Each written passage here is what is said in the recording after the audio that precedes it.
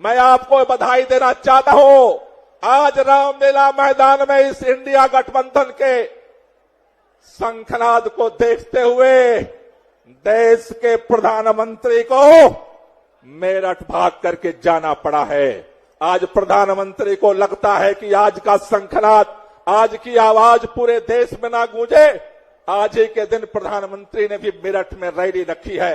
हमें इस बात की खुशी है और मैं आपसे भी कहना चाहता हूं दोस्तों, ये लड़ाई आज पूरे देश के अंदर, पिछले दिनों लोग पूछते थे, पिछले 5 साल पहले जब लोकसभा का चुनाव था कि इंडिया गठबंधन तो नहीं था उस समय, लोग कहते थे भाजपा का विकल्प क्या है, नरेंद्र मोदी का विकल्प क्या है, एनडीए का विकल्प क्या है। आज पूरे देश के कोने कोने, कन्याकुमारी से लेकर के कश्मीर तक, असम से लेकर के गुजरात तक, चारों तरफ और आज रामलीला मैदान में एक ही शंखनाद करके पूरा देश इकट्ठा हुआ है।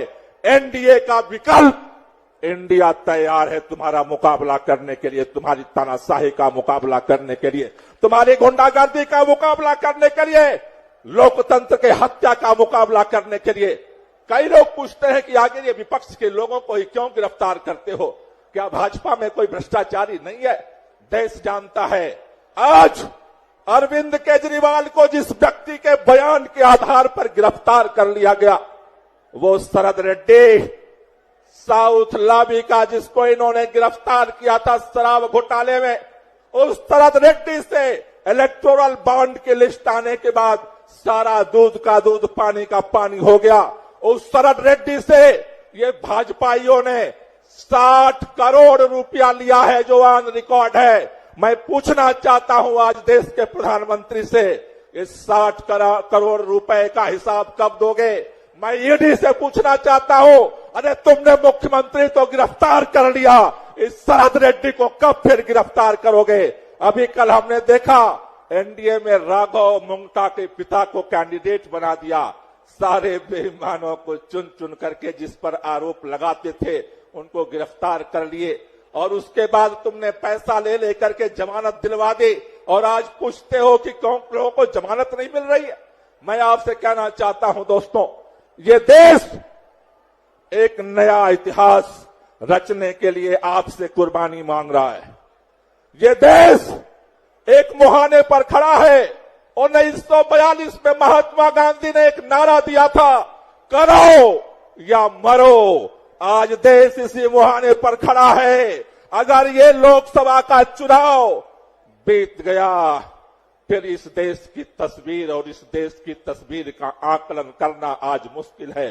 इसलिए इस रामलीला मैदान में जितने देश के बेटे बेटियां यहां आए हैं, जितने देशभक्त आए हैं, उनसे कहना चाहता हूं, ये करो या मरो का वक्त है।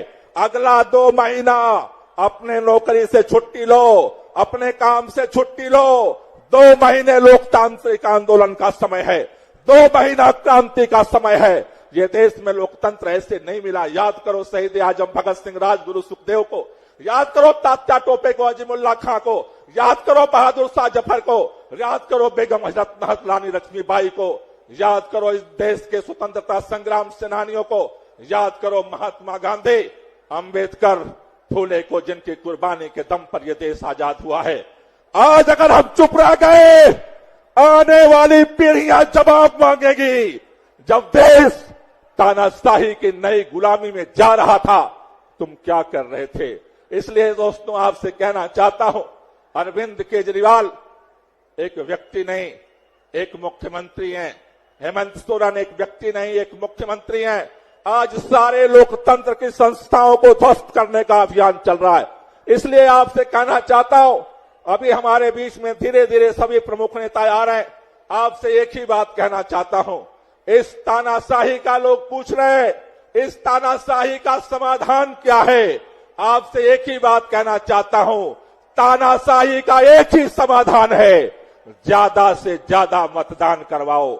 अपने अपने इस रैली के बाद घरों में जाना, पूरे देश में जाना, अपने अपने घरों में जाकर के एक रजिस्टर खरीद लेना, अपने दोस्तों की, अपने रिश्तेदारों की, अपने जानकारों की लिस्ट बनाना शुरू करो और सबको इस बात के लिए तैयार करो। इस बार ऐतिहासिक मतदान करवाएंगे, तानाशाही को हरवाएंगे और इस देश के अंदर स्वतंत्रता आंदोलन की जो विरासत है लोकतंत्र, उसको हम बचाएंगे। आप सब लोग इतनी बड़ी संख्या में पूरे दिल्ली से पूरे देश से यहां पर आए, पुनः मैं अपने सभी वरिष्ठ नेताओं का स्वागत करता हूं और इस बात के लिए धन्यवाद करना चाहता हूं कि आज अरविंद केजरीवाल के इस लड़ाई में उनका आशीर्वाद और उनका समर्थन हमारे साथ है।